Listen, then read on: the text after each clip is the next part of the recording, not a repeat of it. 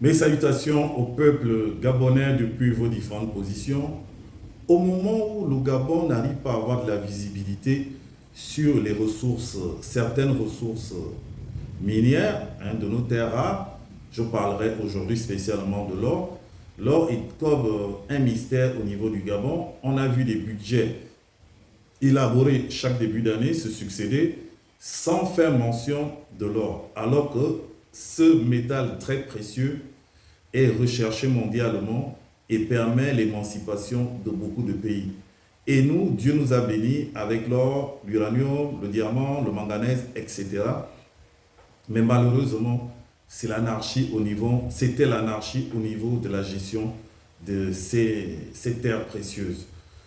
On a encore arrêté une bande d'orpailleurs qui exploitait l'or de façon informelle, des trucs de bandits, de voyous. Donc je tenais à travers cette vidéo féliciter les forces de l'ordre parce qu'il est temps que au niveau de l'or, ils puissent avoir la transparence et que le gouvernement puisse communiquer exactement combien on gagne avec l'or et surtout qu'il puisse mettre des mesures de sécurité parce que la plupart des gens qui ont été arrêtés, c'est nos frères qui nous viennent de l'étranger, qui l'exploitent de façon illicite. Donc il est important que le gouvernement se mette à travailler sur une politique de sécurisation pour que ce genre de choses ne se passe plus.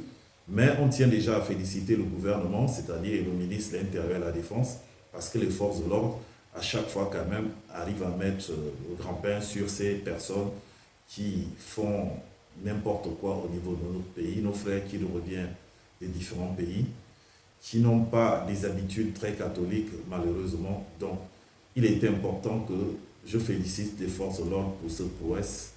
Je vous dis au revoir pour une autre vidéo. Que Dieu vous bénisse depuis vos différentes positions. Regardez le petit reportage de nos médias sur le plan national.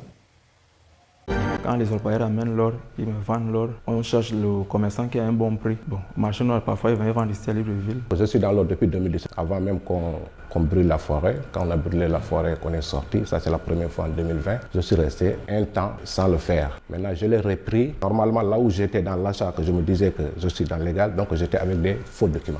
Je paye ça avec les orpailleurs. Une fois qu'ils vont rentrer, ils vont aller faire 15 jours ou même plus. En tout cas, tout ce qu'ils ont besoin, motopompe avec les tuyaux, je lui donne les bons, ils partent travailler. S'ils reviennent, ils me payent mon argent. Comme je travaille avec les orpailleurs, je répare les machines. À la fin du mois, ils viennent, on calcule tout ce qu'ils avaient pris, comme les pièces et la main d'œuvre du travail que j'ai fait. On calcule et ils me payent maintenant en or. Un butin.